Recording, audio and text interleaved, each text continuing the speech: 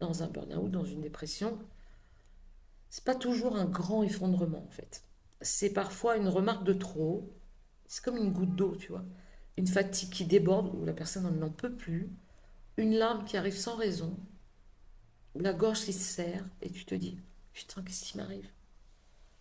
Ah, je me reconnais plus. Je me reconnais plus. Et quelquefois, les personnes qui vont vivre ça, et j'ai parlé de ça avec une personne incroyable ce week-end, une femme vraiment incroyable. Les gens maintenant, il y a ChatGPT, donc ils vont aller chercher les réponses sur ChatGPT, ils vont expliquer comme si le ChatGPT devenait leur thérapeute. C'est ok avec moi, hein. Vraiment, j'ai pas de problème avec ça.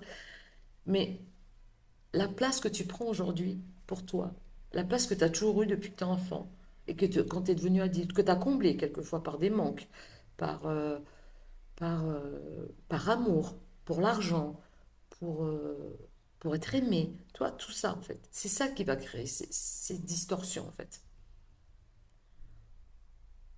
Ce qui va te permettre de te voir déjà, ou de te soigner ta santé mentale, en tout cas de l'apaiser. C'est pas juste aller mieux, c'est pas juste positiver, dire je vais bien, tout va bien, je me sens bien dans mon bain là, tout ce qu'on peut raconter. Pas ce formatage qu'on peut se raconter pour nourrir une espèce d'illusion et finalement à un moment on tombe, genre 10 ans plus tard, des fois 4 ans plus tard, ou 2 ans, ou 6 mois, j'en sais rien. Je ne suis pas à la place de vous, ceux qui me regardaient en tout cas, ceux qui écoutaient. Qu'on me regarde, c'est pas très important. C'est souvent être entendu sans être corrigé et sans être jugé. Pouvoir dire, je sais plus où j'en suis.